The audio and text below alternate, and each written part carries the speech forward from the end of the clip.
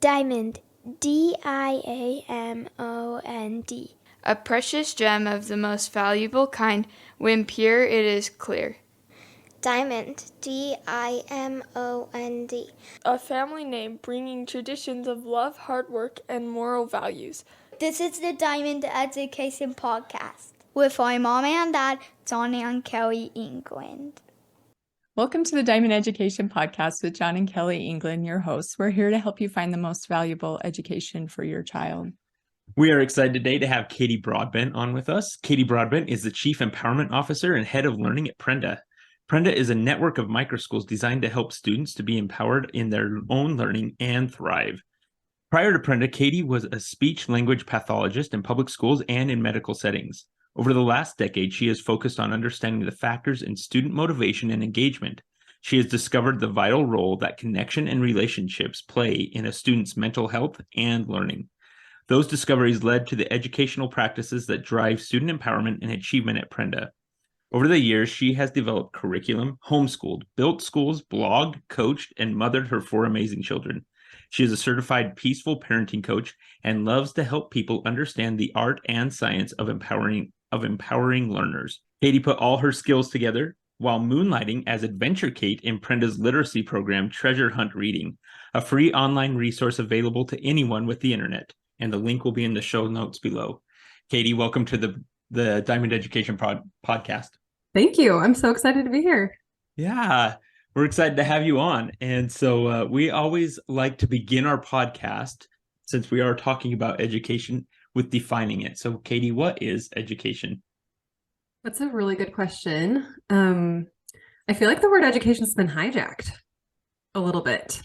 You know, like when you say education, what I imagine is a classroom with this very like top down, like I'm going to teach you things approach, but that's not really truly what it is, right? I think that at its core, education is just a gradual increase of awareness and capability and just like a growing up really. But we've kind of gotten our fingers in the pie a little bit too much, I think, in the middle of this pretty natural. It's a very natural process. Humans love learning. We're natural born learners, but not always these days. We're very curious. Yeah, you never hear parents complain about their 4-year-olds not asking them enough questions. Right? why all day, and then something happens to them where they kind of get less curious, which is kind of why I'm interested in education in the first place. Like that question of what happens has really been driving me for the last like 10, 15 years. Yeah, I love that. I love what you said about gradual, because I think part of it that's been hijacked is we go till 12th grade and then we're done learning, right? But it's not true. It's gradual all through our life, which is beautiful that it is a gradual education's gradual process. We're always and it's learning. very natural too. One of my favorite comics. It's one of my favorite developmental psychologists and influences. His name's Gordon Neufeld.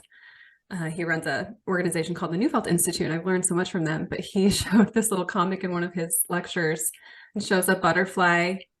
No, sorry. It shows a caterpillar looking at a teacher holding a picture of a butterfly.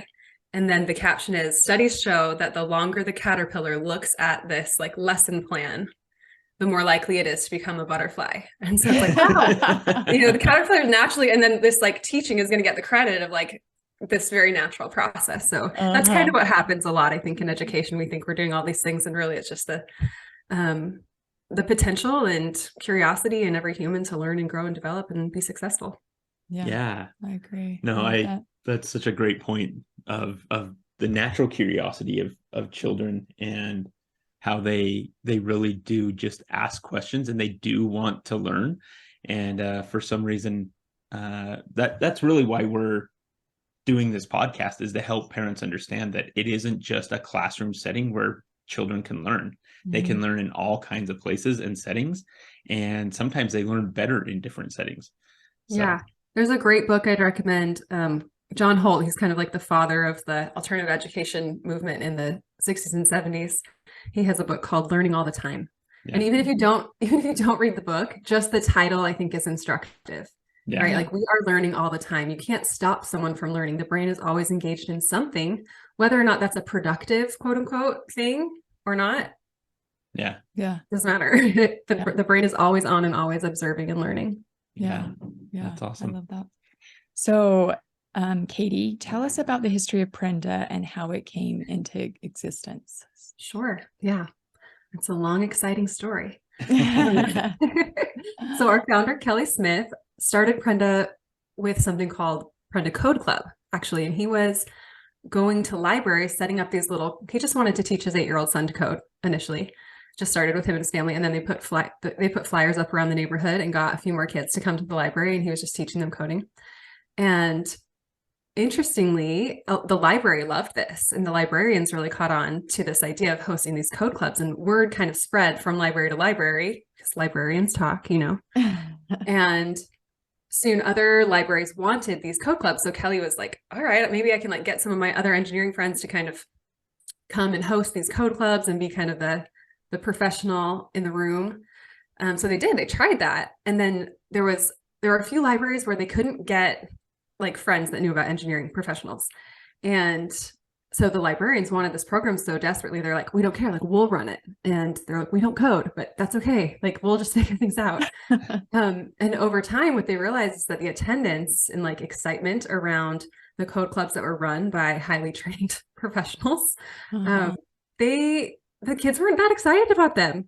You'd go and observe them, and the guy in there would be up at the board lecturing, drawing diagrams and trying to teach kids because he knew the answers, so he could do that.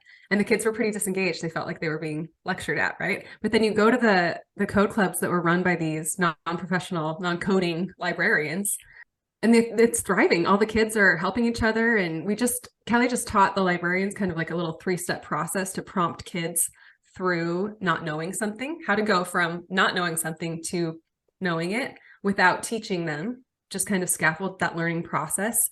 And they were able to really thrive. And so he started that in 2013. In 2017, he thought, man, these kids are loving school, or they're not loving school, but they are loving Code Club. They love learning. And clearly their brains are very intelligent. They're doing all of these incredibly complicated coding things. But they're coming in, some of them are suspended, they're not doing well in school. So he thought, what if we could do this, but for all of school? And then he started the first Prenda microschool in his home in January of 2018. And then I met him shortly thereafter. We had 6 kids in Prenda at that time. And I had been a speech language pathologist. I'd worked in schools. And then I jumped out of that. There's lots of different ways you can use the speech language pathology skill. So I started off in schools, helping kids say their R's and not stutter and things like that. It was great. Saw a lot of good things going on in the schools, and I just observed a lot of things that could be better. And I just have a profound respect for classroom teachers and everything, all of the intentions that surround our public education system.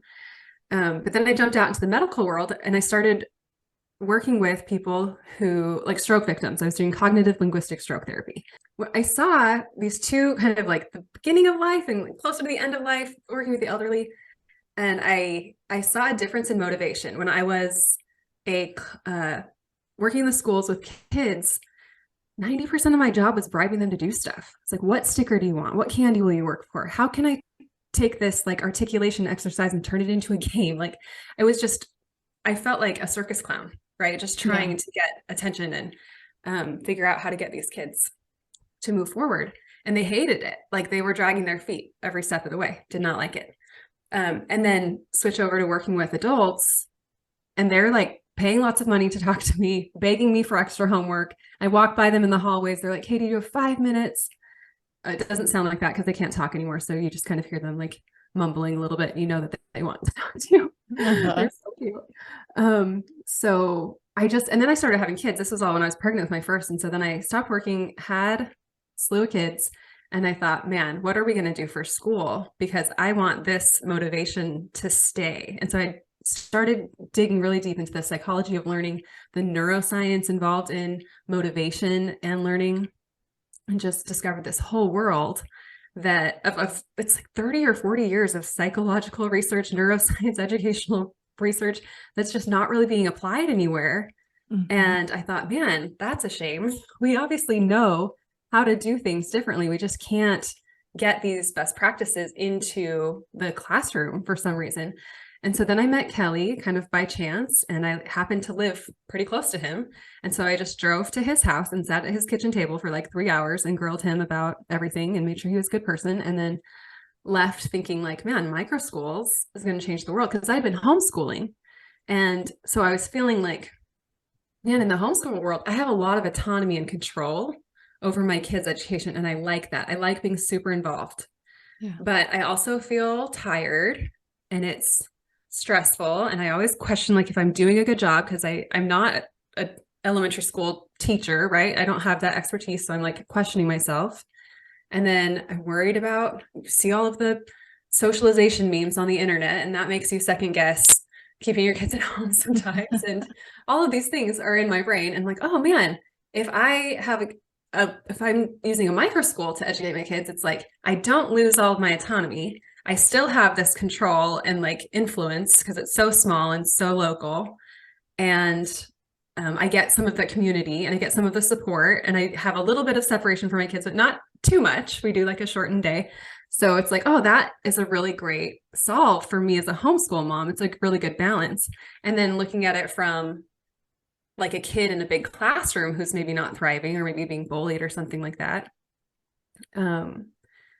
If you put that kid in a microschool, he's suddenly able to work at his own pace, at his own level, in a psychologically safe environment. He's not going to feel picked on. Bullying is very rare at Prenda. And then if you look at it from the teacher standpoint, it's like, man, instead of having this huge class where I'm supposed to be classroom instructor, referee, judge, parent, like medical officer, like you just have to wear so many hats. We've created this job that's just so hard. And we can go over the teacher burnout statistics later. Like it's a really hard job. So if we make that job a little easier, right? Decrease the class size, give that person a ton of tools that make it so they don't have to spend 3 hours after school grading, all of this stuff, we kind of adjust that. Then it's a pretty happy time for most of the players there, right? Yeah, absolutely. Yeah, that's an amazing like kind of. So I'm actually a former elementary teacher and principal, and so that idea of having all these different hats. I mean, as the principal, I put on even more hats, and sometimes I was the teacher, but sometimes I was also the cook, and sometimes I was the recess monitor, and I was also the referee. And so yeah, there's I do believe that the model that we're currently doing in public schools can put a lot of stress, not just on the teachers, but on the learners as well, because it's very time certain, right? Right. Like we expect you to be able to know A, B, and C and X, Y, and Z by the time you're 8 years old. And if you're not, then you're somehow failing, right? We have a problem. Yep. Yeah. And then that triggers this whole cascade. That we have a problem makes the teacher treat the kid different, makes the kid show up different, makes the parent act differently, makes the stress just increases. And I hope we have time. We can talk more about stress and the implications of that on learning. But yeah, it's just an interesting recipe, and everyone wants to solve the problem so wholeheartedly. Like everyone loves kids, and I think we all agree that like the raising of the next generation is always the most important work to be done. No one disagrees about that. It's just we're kind of just between a rock and a hard place about how to do that. Yeah.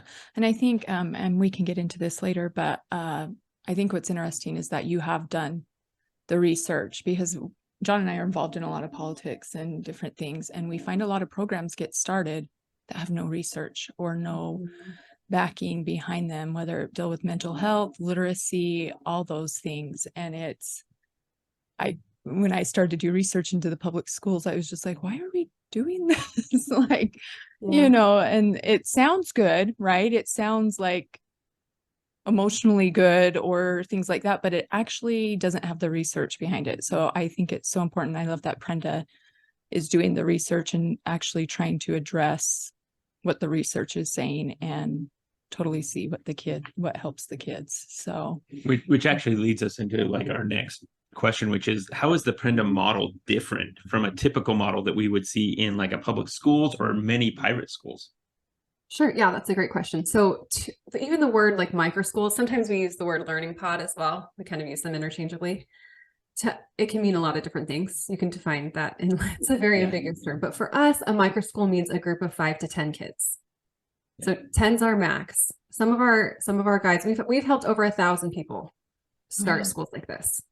Wow. So we know what we're doing, folks. Yeah. Just kidding. We have a lot to learn. We're constantly learning, but we have a lot of inputs for that learning, right? Like what happened in this one? What went wrong? What did this one do well? Like what were the results? We look at all the data, and we're really tapping into being data driven about seeing if these practices really work. And what we see is, yes, hands down, if you apply the research, you get great results, depending on what your goal is, actually, really. If your goal is like compliance, sitting in a seat, staying on schedule, listening passively, maybe not a good strategy. But if you want a kid who's thinking for themselves, engaged in their learning, passionate, driven, yes, good results. Yeah. It depends on your goals. Okay, so you asked for a rundown of like our learning model. Yeah. So it's kind of interesting because most educational programs bucket the learning into subjects, right? You'll see an hour for history, an hour and a half for reading, like that kind of stuff. And we kind of do that, but it's more cross-curricular than that. So we have 4 parts of the day: connect, conquer, collaborate, and create. So I'm just going to give you a quick rundown of each one. So connect is all about building group culture. And we run a program called Prenda Camp that we invented. CAMP stands for Community, Autonomy, Mindset, and Purpose. And then we have Conquer, where we do things like math and reading and writing. And everyone has a Chromebook or a computer, and they are all working at their own level. That's Conquer. And then Collaborate and Create, sometimes they blend together, but everyone, it's group time. So it's Collaborate. We do things like Socratic discussion, debate, science experiments, history explorations, lots of things like that, all together. And then Create is project-based learning. Okay. So that's it's connect, conquer, collaborate, create. And that's our day. Oh, I love that. I want to go back to, because you had mentioned at the first to Kaity, and it sounds like this is how you've worked it into your program, the extrinsic, intrinsic motivation. And so I guess I'm kind of wanting more of an explanation on that, because I kind of hear it as you're explaining this program, but just to spell it out, because as a parent, that's huge, right? Like we actually saw one of our children when choosing the school system that they used a lot of extrinsic motivation, and it's actually hurt her greatly in her life, and trying to get her intrinsically motivated to want to do things. And it actually, having her more of a passion-driven education changed a lot for her when she's into nail tech and cosmetology and those things, where now she's just flying, because that's what she's motivated for.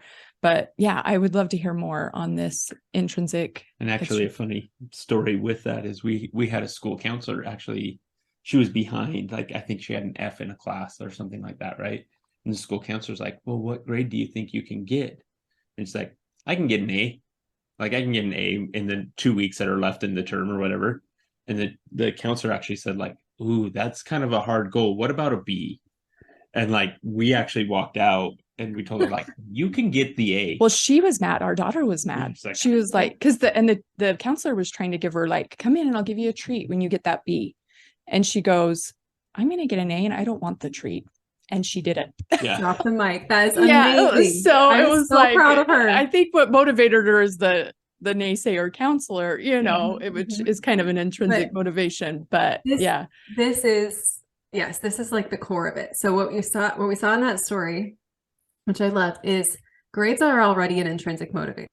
Yeah. And then we're layering that on top. If you get this extrinsic motivator, I'll give you this other one on top of it. So it's like we're layering them now. One is not enough. Yeah. Right? They're so normal to us, we can't even see them anymore. Yeah. And so I don't know if I'll fully be able to express all of these ideas, but my favorite book on this is Punished by Rewards by Alfie Kohn. There's lots of like business adult world stuff in there, but just read all the chapters on education. So good. And then this right here, this is like the thing I always go back to. It's called Self-Determination Theory. And it's Richard Ryan and Edward Deci. And they published their first work in like 1985. And now there are hundreds of studies about this, but they explain intrinsic and extrinsic motivation really well. So you picture a spectrum where on one end you have intrinsic motivation, where it's like, I just am doing this because I love it. And it's like, I can eat tacos because I love them, or I could learn about coding or physics because it's interesting to me, right? So I can do productive and non-productive things intrinsically. And then on the other end of the spectrum is amotivation, where you just don't want to do it. You're not doing it. Whatever carrots, whatever sticks, it's not happening. You just don't care, right? So we have these two extremes. And in the middle, we actually have a few different types of intrinsic or extrinsic motivation. And so some of the types, and along this spectrum, you can think of autonomy increasing as we get closer to intrinsic motivation. You're experiencing these things either with a very low level of autonomy or a higher level of autonomy. And autonomy is one of, in self-determination theory, there are 3 core psychological needs: relationship and connectedness, competency, and autonomy. And if we as humans have those things, we're usually pretty happy, pretty motivated. So we have good mental health and good academic achievement. There are hundreds of studies that show, like, if you satiate those 3 needs, like, it's going to be a really healthy environment and kids are going to succeed. So we focus on those things extensively at Prenda.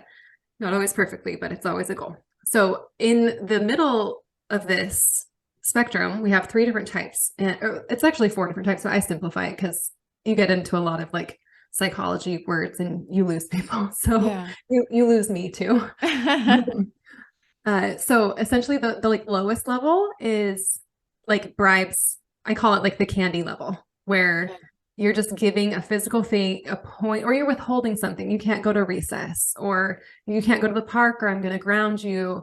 All of these things where it's like, I, as an adult, just naturally have more power than you do as a kid because I have the resources, right? You don't have a job, like you don't have all of these things. So you can't go get that for yourself.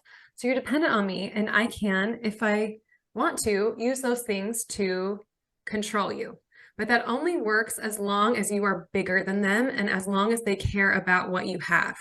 As soon as they can get it for themselves, you lose your power. As soon as they don't care about your sticker or juice box or recess, you have no power, which happens. It's like, well, obviously like a 14-year-old's not going to care about a sticker as much as a 4-year-old would, right? But actually, even if a very young child is having lots of experiences where they're not getting the thing, they will very easily just shut down and give up and be like, oh, I can't ever get this. The best thing for me to do is shut down the hope center. It's so like, not getting something is so non-rewarding to the brain. It's so not harmful, but like disappointing to the brain that it's better for me to just not have hope of ever getting it. So I'm just going to, every time someone's like, you want this? I just have no ambition to get the thing because I've just not gotten it so many times. I'm defended against it, essentially. And then the middle section is that we want people to think certain things about us, right? So it's like in society, I can tell that everyone who like if let's just take a classroom example. If I'm in the classroom and I notice that this kid always gets a lot of like smiles and warmth and friendliness from the teacher when he is focused, right? So it's like, oh, I want the teacher to think I'm focused because I want that. I want to be I want to be seen as honest. I want to be seen as brave or strong or smart or good or right. So then I'm going to do all these behaviors to get people to think I'm that way. I don't really value those things myself, but I want others to think that I'm this way. So it's not a physical, like I'm going to give you a candy, but it's more like an emotional step. So it's like I experience that actually as more motivation because it's like I decided that I wanted to be seen that way. No one was like externally giving me or taking something away from me. So it is a step in the right direction. There's actually a way that you can do this that's not manipulative, that is motivating and supportive. And then the third stage is where it's still this like, I want to be this kind of person, but it's a me thing now. I don't care that my mom is going to think about this. Like, I think honesty is important. And I've like internalized these values and I'm going to act into those values because they're important to me. So it's still not, I'm enjoying this, right? It's like, well, I think that it's the right thing to do for me to go help my neighbor. It's like duty, right? So it's not like, oh, I just like really love eating these tacos. It's like, it's my job to eat these tacos. You know? Which is kind of what I think about. But so that's like the most autonomous level. And you can think of this as like goals. Like I want to become a doctor. So I'm not going to enjoy being a doctor all day. It's like, I'm going to enjoy the fruits of being a doctor because I want to help people. Right. Yeah. But that's still not enjoyment. Right. Yeah. It's still kind of rooted in this like duty. So this third level or fourth, it's really the fourth level, but we've simplified it into 3. It's really like where a lot of goal driven ambition comes from. And it is still extrinsic motivation. So we don't want to just say like intrinsic's the only good, you know, there are different levels of this and we can use them in different ways. And like, if your kid is in the dentist chair and you need them to be quiet and you need to say, hey, I will give you a lollipop if you sit still for the next hour. Fine. You're not teaching them anything. Like, it's not about honesty. It's not about learning, right? It's not, you don't want to incentivize these like bigger level things that you want them to internalize. Because if you're being incentivized by something, it's really hard to internalize it. It's a big distraction to the brain. Yeah. So that's kind of my 2 cents on motivation, I guess. No, I love it. No, that's a lot. And I love the direction that you went with that too, of like how it can be detrimental, because that's something that I saw myself as a teacher and as a principal of like, you know, and really it's a lot of our trainings that we had on, you know, classroom management dealt a lot with putting in these extrinsic motivations. Of course. Yeah. The whole term classroom management tells you a lot. It's like, oh, I have a belief that my role is to manage the behavior and time in here instead of to teach kids how to manage themselves. And if you're being managed, it's very difficult to learn how to manage yourself. Yeah. As soon as those things are taken away. And that's what all the research shows. If you were to draw a line of the motivational, it's like you'd have like a baseline with no extrinsics. And then as soon as you introduce them, you see this big spike. And then if you take them away, the motivation goes lower than the baseline. It's like, no, I really don't want to do that thing because you're not paying me to do. And you can do this about like, if I brought you in and forced you to eat a cookie every day and paid you, you would hate eating that cookie after about 2 weeks, you know? Yeah. Because your brain's like, oh, someone's paying me to do this. It must be terrible. Yeah. But if you hold it out as a reward and a treat, like and like, I love doing this with reading. We can talk about reading more, but instead of, you can go to the park when you're done with your reading, switch it to, you can stay up late if you are reading. So it's like reading is the reward because that teaches the child what to believe about the nature of the task. And when you reward something that has the potential to be inherently interesting or rewarding, you ruin it. Yeah. Yeah. No, I like that. That's because we're a very first things first. Yeah. Family. And it changes that mindset a little of don't do it as a chore, but do it because you enjoy it. The task itself is the reward. Right. And so that the way that you worded the reading, you can stay up late if you're reading. Like that changes reading into the reward itself, which is a very motivating thing. Like even myself, I'm like, ooh, I get to stay up later because I'm reading. It just changes the mental framing. It just it's like, it's a really easy switch to make. It's fun. Yeah. I love that. So, Kaity, you have done a lot of research into the brain and power of relationships in learning. What are some of the things you have discovered? Yes, this has been like so interesting to me. It's my favorite thing to study. And I'm not a neuroscientist. So go read all of these studies and go investigate. And if I say anything, I simplify things a lot because there's no, so if you're a neuroscientist out there, you're going to be thinking, oh, she's not getting this right. But I'm simplifying a lot of things. So essentially, there are kind of 3 systems in your brain. We can call it your survival brain, your emotional brain, and your thinking brain. That's like an easy way to it's so much more complicated than that, guys. That's a good way. It's like a story that we're telling about the brain, really. So your survival brain is supposed to keep you safe, right? Like if you see a lion, it will put you into fight or flight. So you can't do anything else besides run away or hide or fight, right? Yeah. So it puts you into this brain state where you're very aggressive and defensive and you can't really do anything else, right? You're not going to be like, that lion hurt my feelings and I don't know how I feel. You're not evaluating your feelings, right? And you're definitely not like, I wonder about fractions sometimes. Like you're not doing that in these moments because your brain has literally taken those other parts of your brain offline, your emotional brain and your thinking brain. And so the emotional brain also has a really great capacity to do this. So if we've thought about the survival brain pretty well in schools, it's like, well, we can't expect kids to learn if they're hungry, right? So we do free and reduced lunch. We provide food. Like we need them, and we can't, they need to be safe, right? So no physically attacking anyone in here. We're learning, right? Like, so we try to satiate the needs of the survival brain, right? But then we jump to the thinking brain and we forget about the needs of this middle brain, the emotional brain, the limbic system, sometimes it's called. That's hotly debated though. And the need of the emotional brain is to feel like I am accepted and I am loved. And there's like, these are my people and this is my tribe. And it makes total sense if you look at this from a baby's perspective. So we're going to walk through this like little story. So imagine a baby is just born, hot off the press, just born. What's the first thing that baby needs? Be held by the mom.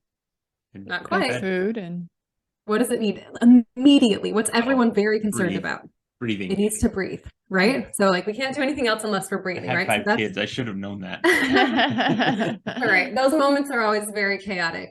It's hard to remember. But yes, the breathing is important. And that's your survival brain. It's like, okay, my survival brain's in charge of breathing and my heart rate, like I am physically alive, right? And then the next thing it needs, as you said it, you need food, right? That's the next survival brain. But how does the baby get the food? from the mom or the bottle. Yeah. Oh. So, and how, if it's just like born and left in a field, is it going to find a bottle? No. No, Yeah, someone's so going it to needs prepare that somebody else. bottle. It needs There's somebody. It needs a reliance relationship. on the right? adult. Yeah. And so that's why we have this emotional brain, because it's like all human needs. We're not born like snakes or like any other things that like just slither away and don't need their parents. Like we are born, the brain is biologically designed to be raised by other caring things that know what they're doing. Right. Yeah. And so you need that relationship. So very quickly, your brain knows no relationship equals survival problem. Yeah. Right. Yeah. And so any threat to relationship, your brain interprets the same way as if there's a lion in the room. Yeah. And that what that does to your neurochemistry is takes something called the prefrontal cortex offline. Prefrontal cortex is the front part of your brain. And normal human development, this part of the brain doesn't really start to come online until about 7. So already, and it doesn't develop till you're like 25. Like it's a long haul. This is like really the part of your brain that's developing as you're growing up. Yeah. And it does things like inhibition, attention, goal setting, the ability to like project yourself in the future and think, if I do this, this will happen. And if I do this, this will happen. I'm going to choose these actions. And then you make your plan. Like not online. You see this in toddlers. Like they're not planning out, they're like very now, right? Yeah. And you see in a 6-year-old, like it's really hard to pay attention for a long time, or to like not hit your sister if you feel like you the need to hit your sister. Like there's not that level of inhibition yet, right? Yeah. But these things develop and grow. So anytime our brains feel like they either our survival brain is responding to something that's going to take the brain offline. Anytime the emotional brain feels like my relationship is at risk, it's going to take that thinking brain offline. And the trick here is that like it's clear that it's like, if you are being abusive or like any sort of like extreme level of trauma, it's like, that's understandable. That's going to stress the brain out. Yeah. But it's more subtle than that. Humans are very subtle. It's like, if I can look at my kid and not say anything, and they can know that they're in trouble. They can know that I've just disconnected from them, and that in some way, in my eyes, they have lost value to me, right? Mm-hmm. Like if there's just like a middle example, it's like, why are you always so lazy? Yeah. It's like, oh my gosh, like for some reason, my behavior has made my mom think that I'm lazy and that I'm not a good kid. And that sends my brain into fight or flight mode. And then the next sentence out of mom's mouth is, let's work on your homework. Like, let's use your thinking brain.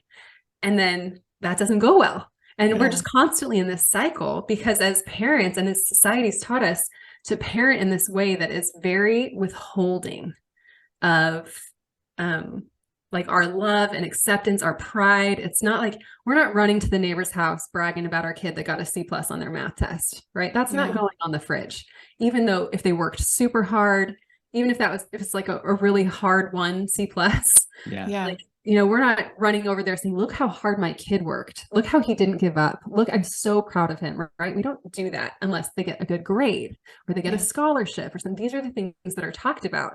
And so these are the ways that are subtle, but not so subtle to the kid, where they're being evaluated and judged, and their limbic systems are constantly going into fight or flight, which is really interesting because we've done so much research. This is like my favorite body of research to read about how the stress, it releases something called glucocorticoids, and it makes it so the brain comes offline like this. But it actually physically alters the development of the brain and makes it so instead of the prefrontal cortex being able to control the brain, eventually the amygdala and the emotional brain actually has more control than the prefrontal cortex. And so you get kids that are highly anxious, kids that are depressed. We have an incredibly terrifying mental health crisis in our youth population right now. Yeah. And it's so disheartening to see these statistics, but it has to do with what's going on for them in their brains, right? Yeah. So if you want, it's interesting because we have this obsession in society with independence, where it's like, oh, I just need my kids to be super confident and out there doing their own thing. And, we're going to cut those apron strings. But all of the research shows that the key to independence and confidence and like inhibition and attention and focus and kindness, all of these things that we want for our kids, actually rooted in a really strong attachment-based relationship with their primary caregiver.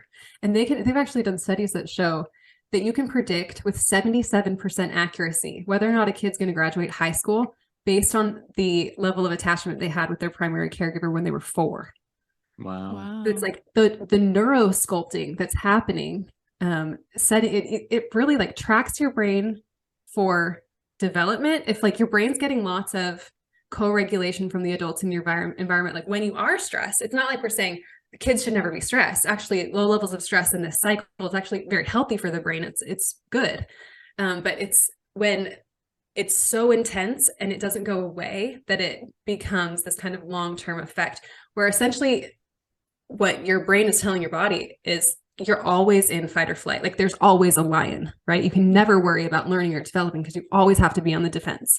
And so your brain kind of develops, and you see in the research, lower levels of IQ, cognition, working memory, attention, focus, all of these things fall off when we don't have relationships. And because our brains are flooded with those glucocorticoids, and the neurosculpting that happens from that is not great, but it is fixable.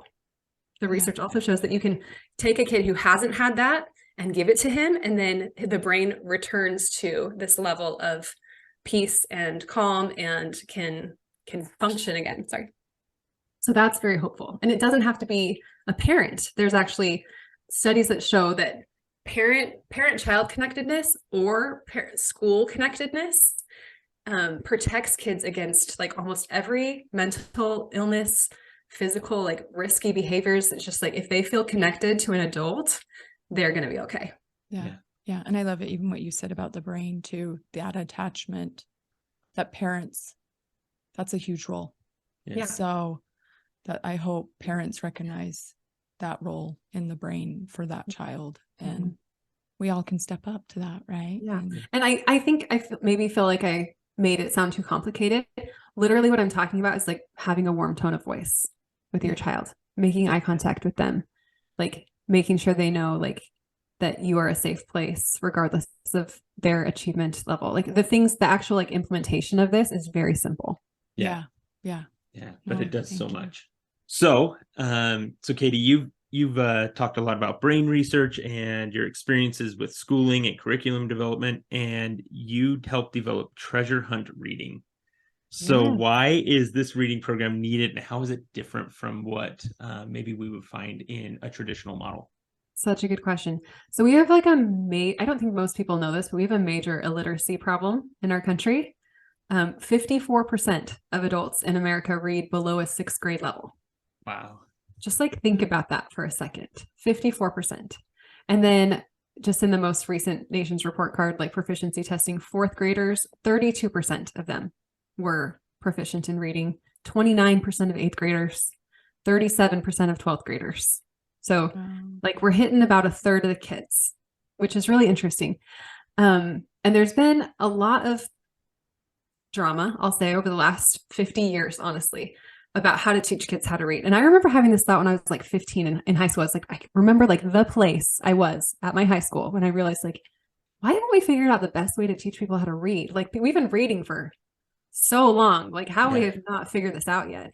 And I don't know why I had that thought, but I think I've had a few other moments where like I just felt very impressed to help solve this. I hate illiteracy, guys. It drives me crazy. Wake up in the middle of the night with like sweat, panic nightmares about illiteracy. Like it's drives me crazy. So it's something I'm really passionate about. And when I first met Kelly, in his first microschool, he just had older kids that could already read. And the whole premise of Prenda is that you don't have to be a certified teacher to be a guide. And so the question put to me was, how can we do microschools for young kids? Because I was not interested in waiting till my kids were in 3rd grade to start microschools. You know, I wanted to put them in now. So I looked at all of the reading programs out there and couldn't find anything that was self-driven enough to move a kid from not knowing anything about reading to being a very competent reader, like deeply literate, right? Not just a 6th grade level, but deeply, profoundly literate. So found all of this research about the reading wars. You can Google that if you're interested. There's a really good podcast called Sold a Story that's out that tells this whole story. But essentially, we're just not using the correct methods of instruction to teach kids how to read. We're shooting them in the foot left and right. And then if it's left and right, then you don't have any feet left, so you can't go anywhere. So essentially, before I met Kelly, I'd been doing lots of research into literacy and kind of had developed little programs here and there. But then we thought, no, we're going to solve this problem. Because in order to get the level of instruction that you need, like your normal classroom teacher is not trained in the type of instruction. Like really the type of instruction needed is really only found in like really expensive one-on-one dyslexia tutoring centers. Wow. But it's funny because it's like, well, everyone needs that instruction, right? And they've done studies that show 30% of kids are they're gonna learn to read pretty much naturally. Like whatever, like the brain is just a big pattern organizing machine, and they can figure it out if you read to them. 30% of kids, regardless of the curriculum you use, they'll figure it out. 50% of kids need direct, explicit, phonics-based instruction, not whole word teaching, not sight words, which is what you get in most schools. If you have your kids in a traditional classroom, it is highly likely that they are doing something called blended literacy, which you should just Google that. It's like a combination of this whole word approach where you teach kids to memorize lots of sight words. And if your kids ever brought home a worksheet where they're doing, like they have different boxes, like a tall box and a low box and a small box, and they have to fit the word shapes, it's very visual. They're not actually teaching kids how to decode the words though. They're teaching kids how to be good guessers. And you can see this even in the strategies that they'll encourage. It's like, well, you don't know that word. You should look at the picture and guess what the word is. It's like, no, my friends, that's called guessing. That's not called reading. And so what you need to do is you need to look at the letters, like the information about what the word, it sounds crazy to even say this because it's so obvious, but it's like, you look at the letters and you sound the word out all the time. And then you get these, everyone's like, well, English is so erratic. English does not make sense. It's like, actually, if you know like the real rules of English, it is incredibly reliable. And I play this game sometimes where I'm like, guess what percentage of English is like decodable? And people will be like, oh, 30% of it. It's like, no, it's like 93% of it. Like there's all of these exceptions. If you know the real rules can be explained. But we just don't teach the real rules. So it's like our own language has become this mystery to us, right? So we invented treasure hunt reading, which is, if you are interested in learning more about literacy, Google the science of reading. And that is kind of the body of literature over the last 30 or 40 years that really proves out, here are the methods, here's what we need to teach kids. And there's actually really good movement towards this in our schools. There's lots of legislation that's moving towards having teachers trained in the science of reading and in getting programs into our schools that are evidence-based and include all of these components. So that is actually really going really well. So Treasure Hunt is a program where, that takes a lot of investment from an adult, right? And then you're still doing one-on-one lessons. And then we have our differentiation problem, right? Where if I'm a teacher, even if I'm teaching the right things, only a third of the kids are really ready. So where it's not differentiated, it's not personalized. And so treasure hunt reading is essentially like a flipped classroom iteration of literacy instruction, where I, as Adventure Kate, I put my little adventure vest on, take my glasses off, and I'm Adventure Kate, and I take you through. There's like a 300-page workbook. It's all colored. It's really fun. We go through lesson by lesson the real rules of English, and it's very gamified and fun, and kids love it. And once we made it, I called Kelly, our founder, and I was like, so we're going to put this on the internet for free for everyone. And he was like, okay. So you can find treasure hunt. It's like such a massive problem. Like it is, I want to help more kids than just are in Prenda. So we have kids in Africa using this program. We have kids all over the country. We have schools in Canada, like all over the place, like normal classrooms, homeschools, like lots of people are using this program.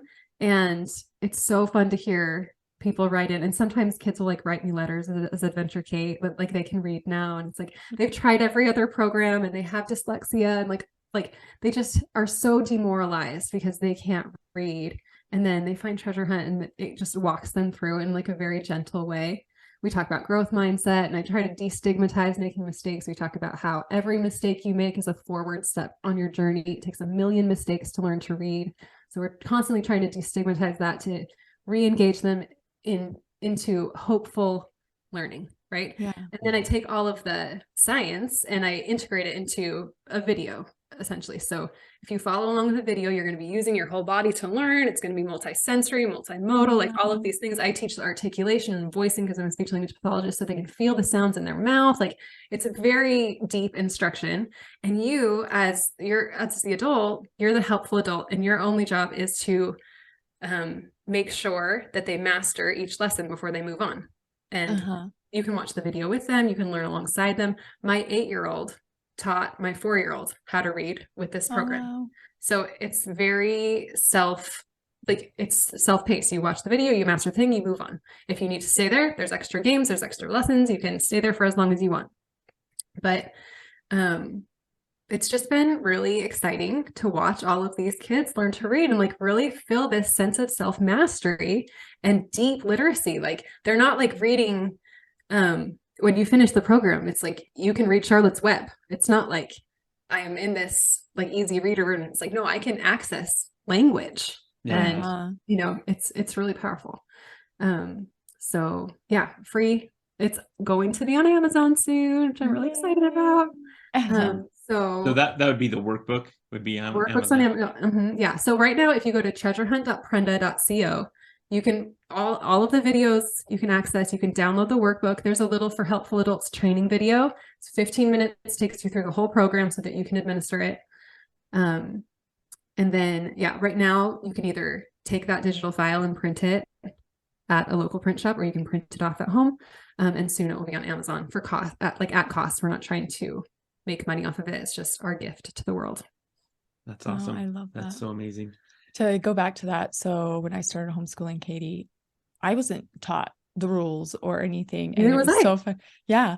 So when I started, because I had I brought my kindergartner home halfway through the year, so of course we were heavily involved You're in in it. learning how to read. Yeah. And then I had a second grader and things like that, and we found this one curriculum which actually taught the rules, and I was learning right along with them. I'm like, I've been saying the word like that the whole time, and just thought that was the way it was, because you learned it by just memorizing, right? Like, but now as I'm reading with my boy, for instance, when he sees an E on the end, he knows what sound the vowel's going to make because of the rule, and so yeah. And I think we think it's too complicated or too tedious. And if we've listened to the podcast, Sold a Story, it actually goes into, it's more tedious for the adults teaching it, but the kids actually love it, Yeah. And that's what treasure hunt does. Is it takes away the tediousness because you don't have to teach it. Yeah.